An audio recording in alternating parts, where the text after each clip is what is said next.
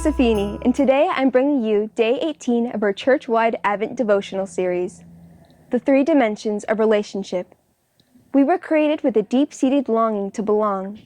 We desire to be in relationship with one another, living in a community. We don't function well when we're left to ourselves. But sadly, broken relationships are rampant in our culture today.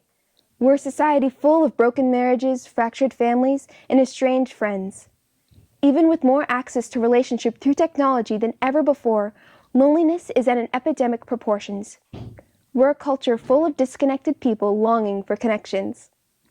It's not so good for us to be alone, and God says so. We were created by Him to be in relationship with Him, so whether or not we know it, we will always crave that relationship.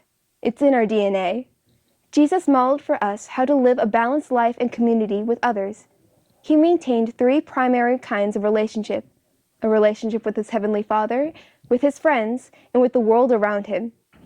Like Jesus, we operate best when we have a solid relationship with our Heavenly Father, a small group of friends we can be real with, and a community we're plugged into. We all long to belong. Our Heavenly Father and Jesus Christ both place a priority on life-giving relationships. Let's do the same. We're at our best when we have a thriving relationship with our Heavenly Father, a small group of friends to do life with, and a community we're plugged into. Take relational inventory. Do you have three dimensions of relationship that Jesus modeled for us? 1, a healthy relationship with God. 2, small group of close friends.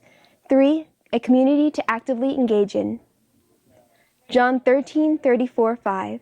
I give you a new command. Love one another. Just as I have loved you, you are also to love one another. By this, everyone will know that you are my disciples, if you love one another.